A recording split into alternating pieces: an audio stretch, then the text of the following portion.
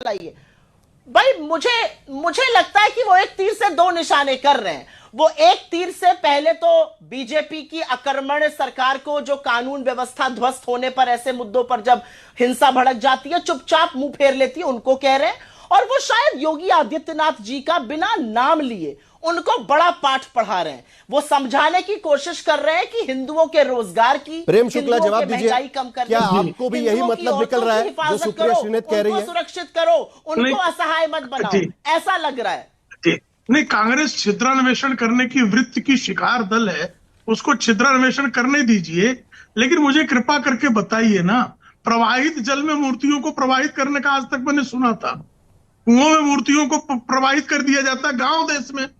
भाई, मैं भी सनातन को मानने वाला हूं और स्वयं आश्रम का संचालन करता हूं, ये भी आप जानते हैं। मंदिर में पुजारियों का भी मैं देखभाल करता हूं।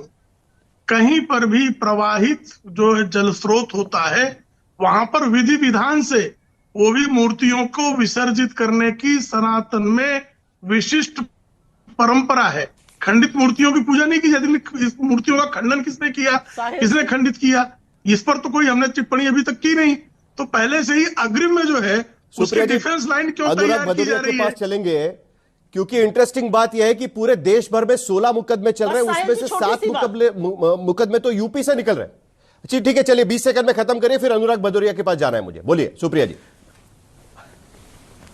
छोटी सी बात, हर गांव में, छोटे छोटे गांवों में जहां से मैं आती हूं, महाराजगंज, गोरखपुर, बस्ती, देवरिया, आजमगढ़, चलते जाइए, बलिया, जहां जाइए माई जी का थाना होता है। और माई जी की थाना पर या तो एक माता की प्रतिमा होती है, या एक शिवलिंग होता है, या गणेश जी की मूर्ति होती है।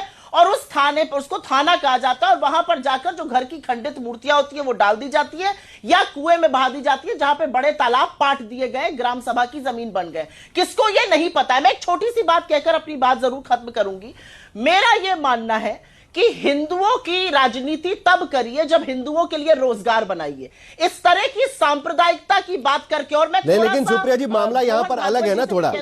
संभल में दंगे भी हुए थे 1978 1980 में, वहां से शिफ्टिंग भी हुआ है। वहां पर नहीं, मामला थोड़ा सा अलग तो बन जाता है ना कि भाई कहीं पुराना मंदिर पड़ा हुआ है, और ये बात तो अलग नहीं है। लेकिन चलिए अनुराग भदौरिया जी के पास चलते हैं। एक मिनट, नहीं एक मिनट सुप्रिया जी, आएंगे आपके पास, बाकी पैनलिस्ट भी है, उनके पास भी जाने। अनुराग भदौरिया जी, साहिल जी, एक सेकंड, एक छोटी सी बात कहने दीजिए। 1978 के बाद से बीजेपी के 4 मुख्यमंत्री हुए उत्तर प्रदेश में, कल्याण सिंह जी, गुप्त जी, राजनाथ सिंह जी और योगी आदित्यनाथ जी। क्यों नहीं लोगों ने कुछ किया? क्यों हाथ पे हाथ धरे बैठे रहे? करते इस मामले की तफ्तीश। हर वक्त नफरत की आग भड़काना, बुनियादी मुद्दों से भटकाना, ये 16 मामले चल रहे हैं पूरे देश में। 7 मामले अनुराग भदौरिया यूपी से निकल रहे हैं, उसमें से 3 मामले पिछले 2-3 महीने के हैं। आप किस तरीके से उसको देखते हैं? फिर संबल है, कई सारे मामले हम देख रहे हैं यहां पर। पिछले 3 महीने में हम लोग देख रहे हैं कि कई सारे मामले निकल रहे हैं। फिर उसमें हम देख सकते हैं कि भाई ज्ञानव्यापी का तो पुराना मामला दिखता है, लेकिन बाकी बदायूं का मामला हो, संभल का मामला हो, पिछले 3 महीने में ऐसा क्या हो गया कि इतने सारे मामले यूपी से निकल रहे हैं? अनुराग भदौरिया। पिछले 3 महीनों में यह हुआ है कि भारतीय जनता पार्टी पूरी तरह से उत्तर प्रदेश में हार गई। लोकसभा में जनता ने नकार दिया।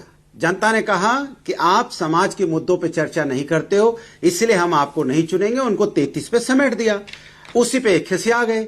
अब इनको ये पता है कि ये, जैसा सुप्रिया जी कह रही थी, महंगाई, बेरोजगारी या जो हमारे किसान की समस्या है, महिला समस्या, उस पर तो ये नहीं बात कर सकते क्योंकि उस पर काम नहीं करते। अब ये विकास पे भी काम नहीं करते। तो इनको लगता है धर्म की राजनीति को अब हम प्रमोट करते हैं, धर्म के नाम